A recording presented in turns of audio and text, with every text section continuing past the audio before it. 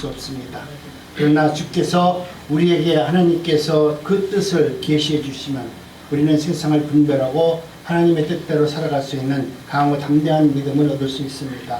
오늘 또 그 믿음을 구합니다. 하나님 함께해 주옵소서. 아멘. 예수님의 이름으로 기도드렸습니다. 아멘. 아멘. 아멘. 오늘의 말씀의 제목은 계시와 증언자입니다. 우리 한번 따라합니다. 계시와 증언자. 계시와 증언자. 세상의 모든 종교와 기독교가 다른 것이 몇 가지가 있는데요. 그 중에 하나가 이 세상의 모든 종교는 우리 인간의 노력으로 또 인간의 이성으로 판단해서 만들고 추구해서 그렇게 알아가는 데 반해서 우리가 알고 있는 기독교 진리만은 하나님 편에서 우리에게 찾아오셔야만이 하나님께서 우리에게 조명해 주셔야만이 하나님의 말씀을 안다는 거예요. 오늘 우리에게 주시는 계시의 말씀, 이 말씀을 우리가 받아들여야 되지, 우리 성경에 있는 말씀만 그대로 읽어가지고는 그 말씀에는 생명이 담겨져 있지 않습니다. 하나님께서 레마의 말씀으로 나에게 조명해 주신 그 말씀을 우리가 붙들었을 때 그 말씀에 생명이 담겨져 있는 것입니다. 기독교는 사람으로서 생각할 수도 없고 상상할 수도 없고 고안할 수도 없는 진리를 전능하신 하나님께서 그의 모든 지혜와 능력으로 인생을 구원해 주는 종교입니다. 우리 인간이 나를 구원하는 것이 아니라 하나님의 모든 지혜와 그 능력으로 우리를 구원해 주시는 능력입니다. 사람이 사물을 알아가는 데 있어서는 두 가지 방법이 있습니다. 첫 번째는 우리가 경험을 통해서 알 수 있습니다. 두 번째는 내가 부딪혀가면서 알 수 있습니다. 그런가 하면 경험 이전에 우리가 알 수 있는 것들이 있는데 그것은 철학적 인식론에서 아프리오리라고 말합니다. 그런데 이 두 가지 방법 외에 또 하나의 세상이 있습니다. 그 세상은 우리가 알 수 있는 세상이 아닙니다.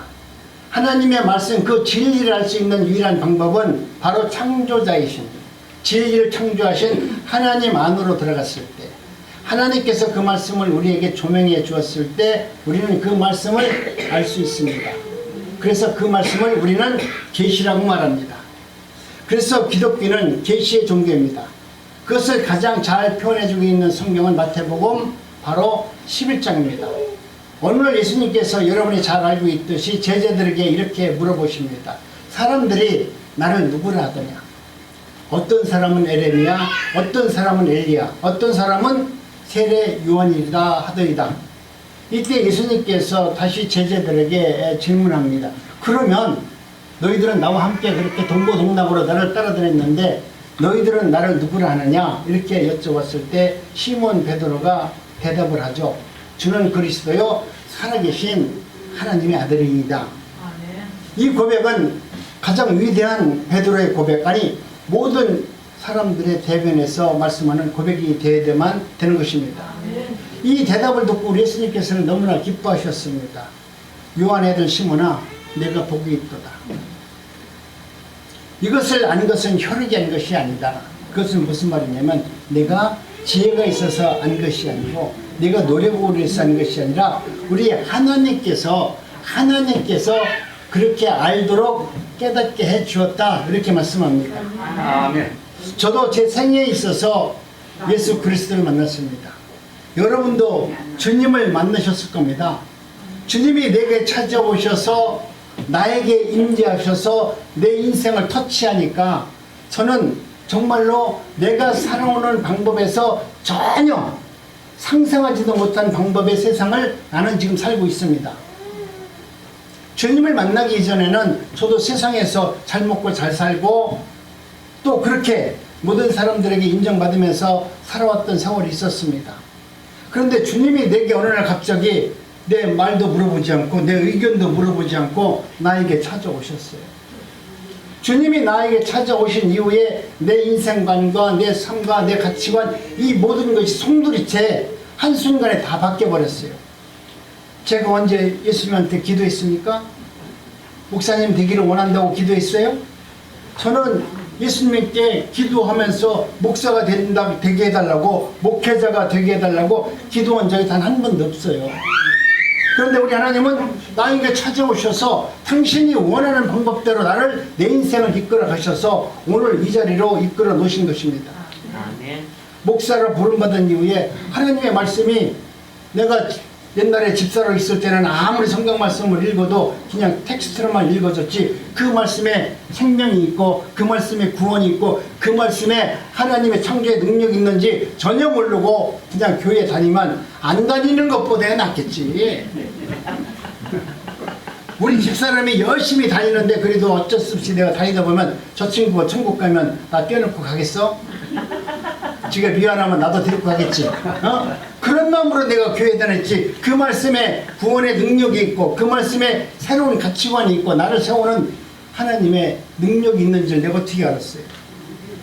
그런데 우리 인간 머리로는 도저히 감당할 수도 없고 이해할 수도 없는 감춰진 성경 말씀이 계시된 말씀이 어느 날 갑자기 나에게 찾아왔어요. 주님이 나에게 찾아오셔서 제일 먼저 보여주신 건 내가 얼마나 더러운 죄인인가를 보여주시더라고요. 오셔서 야 네가 나를 믿으면 복 주고 능력 주겠다 이게 아니고 내가 얼마나 추악한 죄인인지를 먼저 보여주시고 그리고 구원의 선물을 내게 주심으로 세상의 가치가 전부가 아니라는 것을 알게 해주셨습니다. 여러분 이 놀라운 진리는 사람의 머리로 깨달을 수도 없고 알 수도 없는 것입니다. 오직 우리 주님께서 우리 인생에 오셔서 나에게 알려주셔야만 알 수 있습니다. 여러분도 남편과 아내 서로 간에 잘 알고 수 있습니까? 저도 우리 집사람과 꽤 오래 살았는데요. 우리 집사람 잘 모르겠어요. 어떤 때는 아는 것 같은데 어떤 때는 전혀 이 사람이 정말 내 부인인가 또 내 자식도 잘 모르겠어요. 저 뒤에 있지만 내 자식이 어떤 때는 이름이 내 딸인가 기억을 못 하겠어요. 하는 행동 보면은 내가 원하는 딸이 아닌 것 같아요. 그리고 또 손자가 있지만 저놈의 손자는 더 모르겠네. 내가 아무리 잘내도 저놈은 내 말을 전혀 듣지 않아요.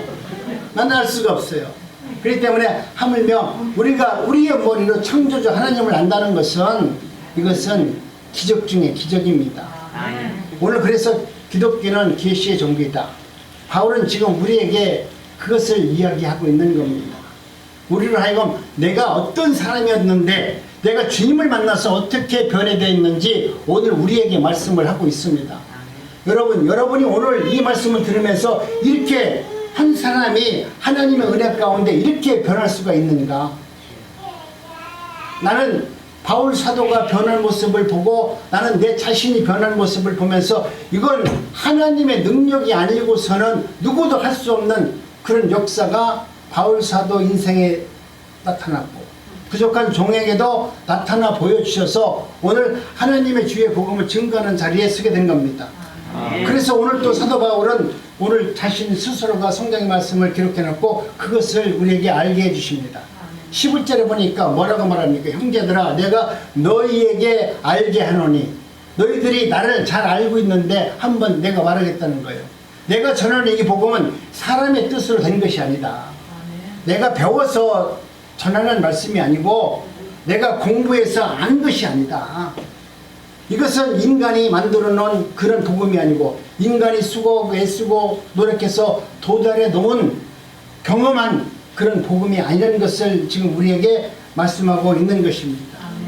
세상에서 가장 기쁜 소식 하나님이 나를 사랑하시고 나를 위해서 목숨을 버리기까지 한 그 사상을 알게 된 것은 우리 하나님이 나에게 보여주셨기 때문에 나는 하나님의 그 역사를 믿습니다.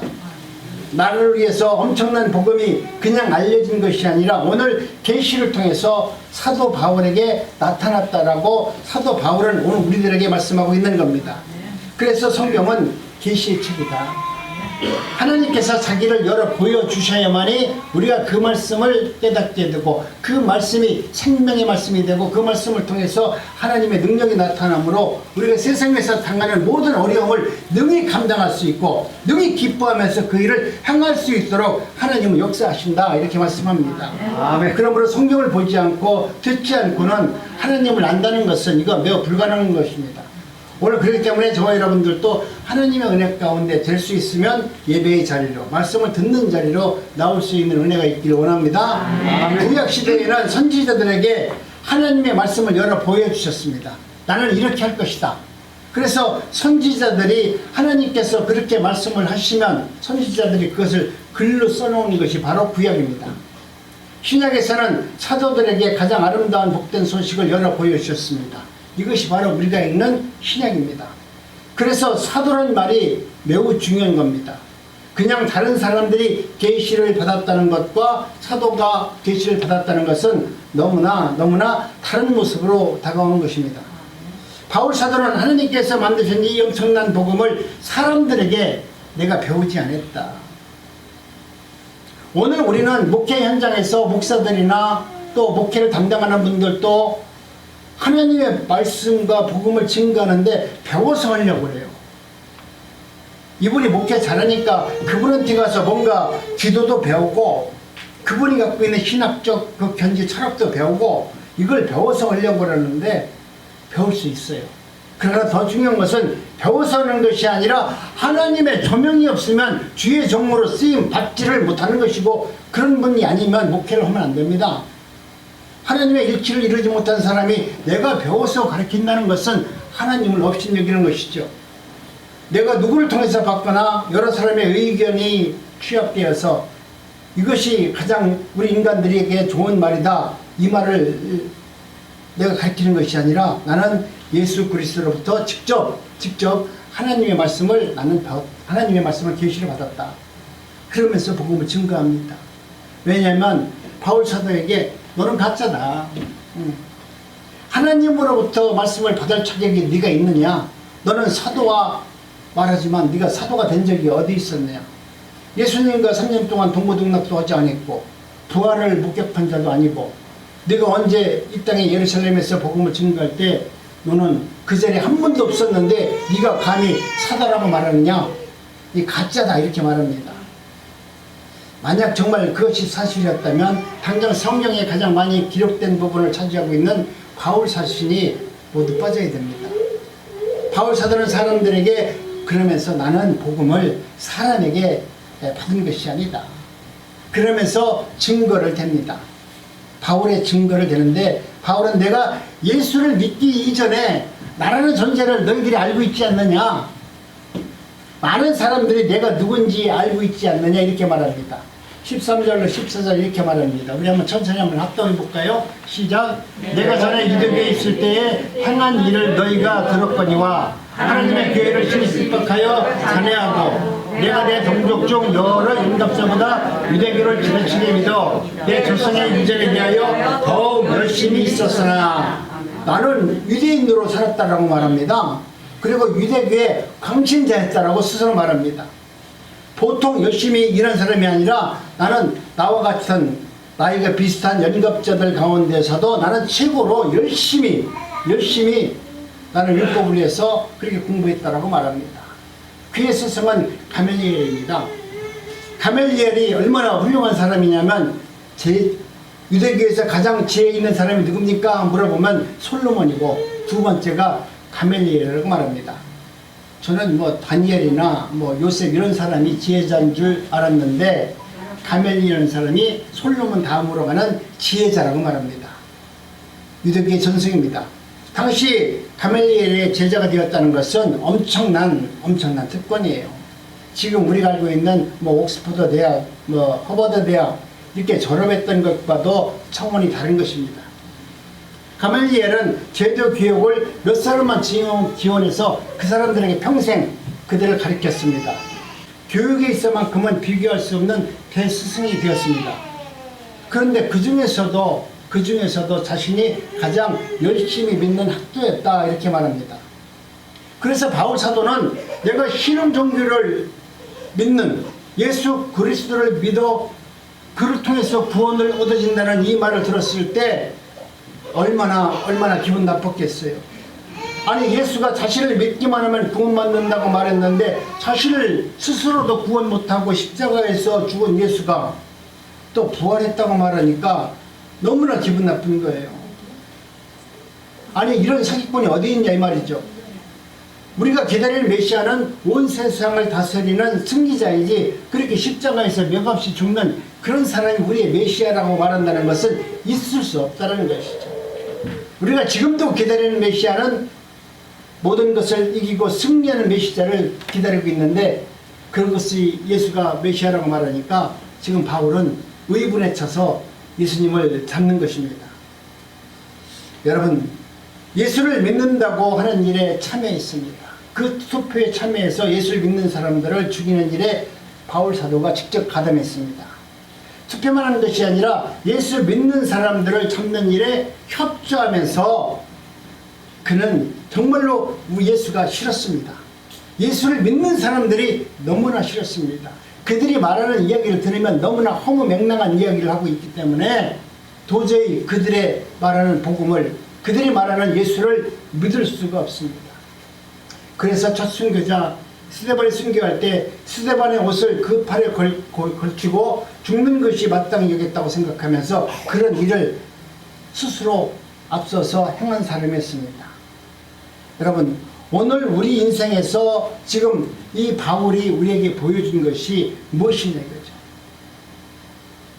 오늘 우리는 하나님의 은혜 가운데 그렇게 하나님 예수 그리스도를 외면했고 예수 믿는 사람들을 그렇게 저주했던 그 사도 바울이 예수 그리스도를 구주로 영접하는 모습이 나옵니다. 내가 하면서 복음을 철저하게 외면했던 그였습니다. 그런데 13장 14절에 보면은 내가 뭐라고 합니까? 내가 교회를 핍박했고 내가 교회를 찬양했으며 내가 유대계의 광적인 열심으로 그들을 조롱하고 핍박했다 이렇게 말합니다. 나라는 존재가 부각하면서 내가 그렇게 했다라고 말해요. 바울은 그만큼 자신의 신앙에 대해서 철저하게 율법적으로 무장되어 있던 그런 사람이었습니다. 그런데 바울이 한순간 바뀌게 됩니다. 갈라디아서 1장 15절로 16절에 보면니까 그렇게 말하죠. 그러나 내 어머니 때로부터 나를 책장하시고 은혜로 나를 부르시니가 그 아들을 이방에 전하기 위하여 그를 내 속에 나타나시기를 기뻐하실 때 하나님이 내게 찾아오셔서 태 속에서부터 나를 택정하셨고 하나님의 일을 감당하시기 위해서 나를 이방 사도로 불러주셨다라고 말하시면서 하나님이 나에게 하나님의 나라 계시를 해주는 것에 대해서 기뻐하셨다. 내가 그 계시를 받아서 나는 복음을 증거하는 이방 선교자로 살았다라고 말합니다. 그 은혜로 나를 불러주신 그 하나님, 모태로부터 나를 택정하신 하나님, 자기 아들을 나타내시기 위하여 기뻐하시는 하나님으로 이제는 바뀌게 되었습니다. 그 전만 해도 세상에서 가장 믿는 사람들을 핍박한 사람이 어느 한순간 이렇게 바뀔 수가 있겠습니까? 그 동료들이 뭐라고 말했을지 궁금해요. 너는 어느 한순간 완전히 미쳤구나. 그렇게 말하지 않겠어요? 내가 어머니의 태로부터 택정함을 입었다. 이게 무슨 말입니까? 여러분, 복중에 있는 야곱과 에사를 하나님께서 말씀하십니다. 내가 에사를 버렸고 야곱을 사랑하였다. 하나님은 이미 오늘 우리들에게 이 개혁신앙의 예정론을 지금 얘기하는 겁니다. 우리를 미리 이미 창세전에 우리를 특정하시고 하나님의 자녀로 하나님의 뜻을 이룰 수 있는 사도로 또 제자로 자녀로 복음의 증거자로 증언자로 이미 선택하셨다고 말합니다. 그뿐만 아니라 에레미야서 1장 5절에 보니까 복중에서부터 하나님께서 나를 선지자로 지명하셨다. 어느 날 갑자기 내가 잘해서 내가 이쁜 짓 해서 내가 하나님께 기도를 많이 해서 나를 그렇게 불러줬다고 말하는 것이 아니라 이미 창세전에 어머니 복중에 있을 때 내가 너를 지명하고 택하였노라. 이것이 가능합니까? 우리가 인생을 살아가다 보니까 내가 모든 것을 결정하지 않습니까? 내가 선택합니다. 결혼도 내가 선택했고 직장도 내가 선택했고 친구도 내가 선택했고 그런데 내가 살아왔던 모든 삶의 뒤안길을 내가 가만히 뒤돌아보니까 그 삶의 뒤안길 속에는 하나님의 놀라운 섭리가 담겨져 있었더라. 그때 하나님이 이렇게 돌봐주지 않았더라면 하나님이 내게 이렇게 이 일을 깨닫게 하고 돌이키지 않도록 했더라면 나는 어떻게 되었을까? 끔찍하게 생각했던 일들이 기억 속에서 주마등처럼 지나갈 수 있습니다. 그러면서 우리 하나님께서는 내가 괴로운 가운데 있을 때라도 우리 하나님은 준비하셨고 하나님께서는 승리하는 길로 나를 인도해 주셨다. 이렇게 문득 발견하면서 감사하는 삶을 살게 되는 것입니다.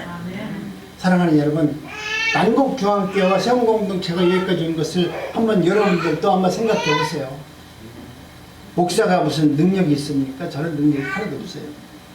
다른 사람은 기도에 능력이 있다고 하는데 저는 어떠한 능력도 없어요. 그런데도 어떠한 능력도 없는데도 하나님의 일을 감당할 수 있도록 은혜를 주시고 하나님께서 상상하지 못할 방법을 통해서 세운공동체와 난곡중앙교회가 하나님의 일에 쓰임을 받는 일을 할 수 있도록 하나님은 역사하셨습니다. 정말로 하나님의 정하신 뜻은 신묘망측하고 오묘 불가사의한 일들이 우리 삶 속에서 일어납니다. 그래서 나는 내 일에 대해서 교회가 하나님의 뜻 가운데에서 이루어지는 일들에 대해서 두려워하지 않습니다. 염려하지 않습니다. 왜? 오늘까지 그렇게 이끌어 오신 그 하나님을 믿기 때문에 나는 능력이 없어도 하나님께서 우리 교회를 이끌어 가실 것이고 우리 성도들을 불러주실 것이고 하나님의 말씀을 들을 수 있는 길을 열어주실 것이다. 이것은 내 능력이 아니고 하나님이 그렇게 만들어 주실 것이다 라는 확실한 믿음이 있는 것입니다. 바울 사도는 자기 생애를 되돌아보면서 하나님께서 그러면 나를 언제부터 생각했을까? 나를 언제서부터 그렇게 하나님은 나를 세우기를 작정하셨을까? 내가 가멜리엘 문화에서 공부를 하니까 너무 잘한다고 소문이 나니까 하나님 그때서부터 나를 요놈을 갖다가 율법을 가리키는 놈을 갖다가 이제 복음을 가리키는 놈으로 바꿔야 되겠다. 그렇게 마음을 먹어서 나를 갖다가 선택하셨을까? 내가 소년 시절 다소에서 신화고교에서 공부하고 있을 때 하나님께서 나를 그렇게 생각하셨을까? 이렇게 저렇게 생각하다 보니까 아니다. 그 전에 했을 것 같다. 아니다. 그 전에 했을 것 같다.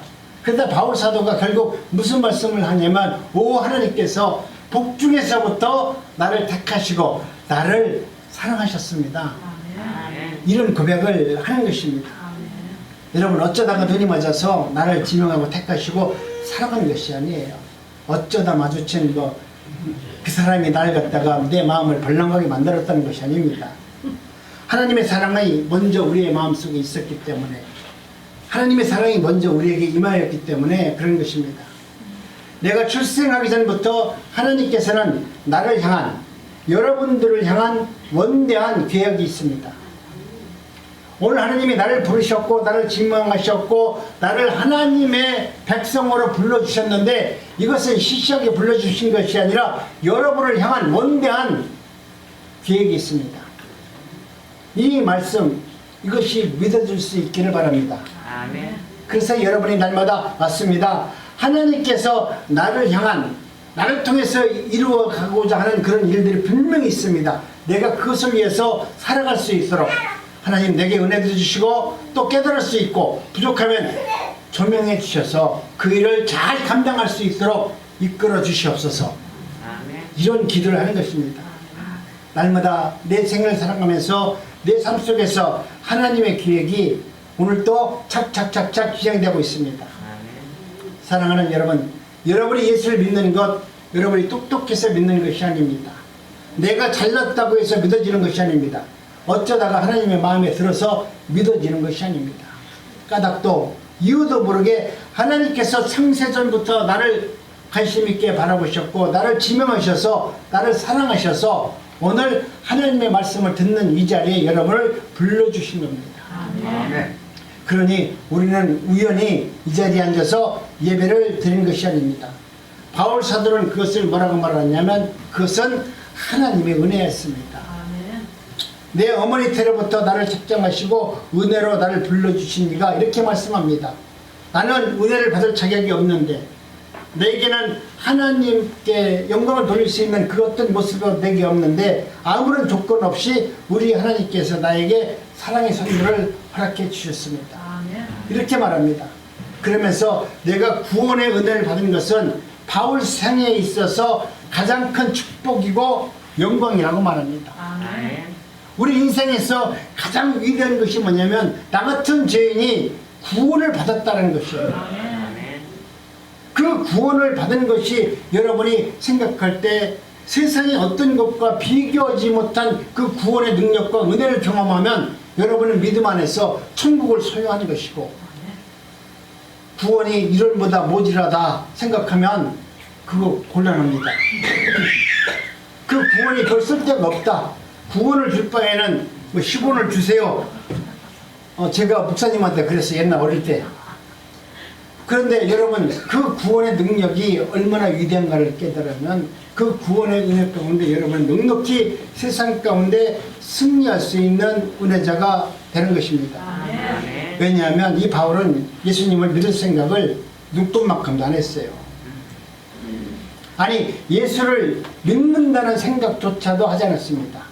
예수를 믿는 것 생각한 것이 아니라 예수 믿는 사람들을 멸시하고 저주했습니다. 그래서 예수를 믿는 사람들에게 고통을 주기 위해서 다메섹으로 지금 달려가고 있습니다. 그런데 아무것도 한 것이 없는데 일방적으로 하나님이 지금 다메섹에서 사울에게 찾아온 겁니다. 내가 원치 않은데도 하나님은 내게 찾아오셨습니다. 한가할 수 없는 사람으로. 자기 앞에 나타난 찬란한 빛으로 나타난 예수 그리스도를 만나게 됩니다. 그런데 같은 무리와 함께 다메섹으로 가는 도중에 그 소리를 듣는데 다른 사람은 듣지 못해요. 그런데 사울만큼 하나님의 음성을 듣습니다. 사울아, 사울아, 내가 어찌하여 날 핍박하느냐? 주여 너희시니까 내가 핍박하는 예수라.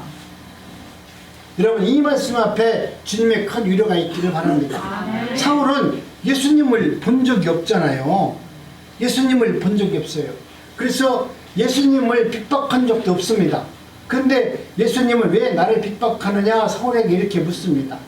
사울은 예수님을 핍박한 것이 아니라 예수를 믿는 사람들을 핍박했습니다.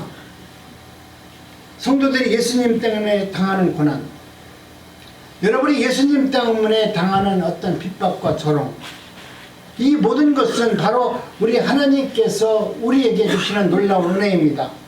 내가 핍박받는 그 현장에 우리 주님이 함께 하였다는 것을 지금 이야기하는 겁니다. 내가 조시와 멸망을 당하고 환경적 어려움이 있을 때 하나님은 나를 외면하는 것 같았지만 그 속에 하나님은 언제나 함께 계셨고 나를 위해서 먼저 기도하셨고 내가 거기에서 믿음으로 승리하기를 원하시면서 내 옆에서 나를 지켜보고 있었다는 겁니다. 내가 당하는 모든 손해의 현장에 우리 주님은 오늘 또 계십니다. 내가 주님을 위해서 일을 하고 있다면, 그 일을 위해서 내가 아픈 기억이 있다면 여러분 하나님의 위로가 있을 겁니다.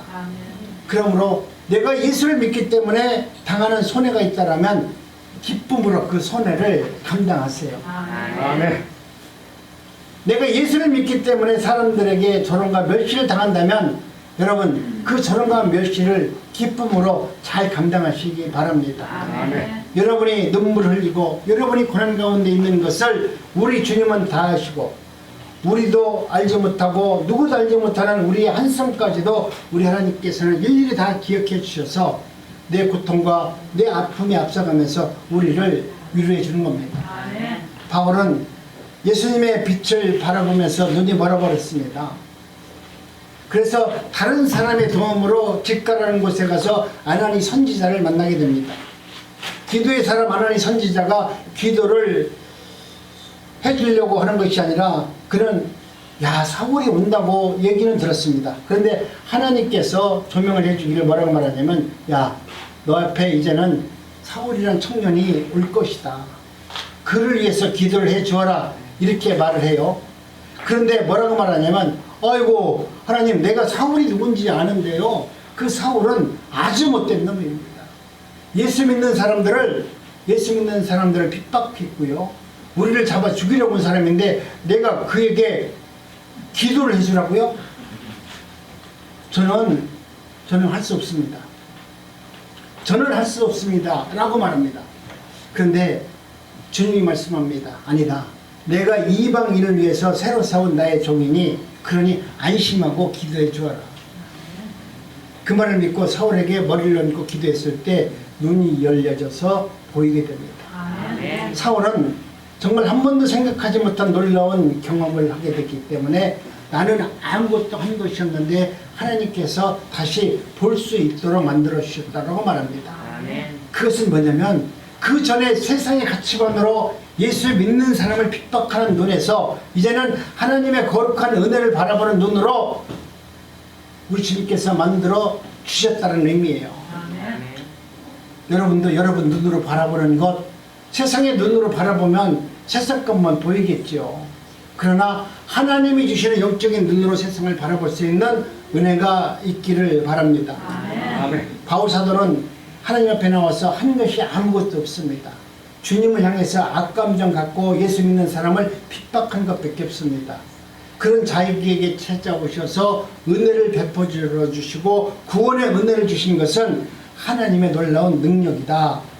은혜라고 말합니다. 아멘. 그러면서 평생 그는 나의 나다는 것은 하나님의 은혜로 된 것입니다. 아멘. 이 겸손한 고백을 합니다. 그런데 바울을 반대했던 사람들은 말합니다. 네가 지금 하고 있는 그것은 사람들에게 배워서 가르치는 것이다.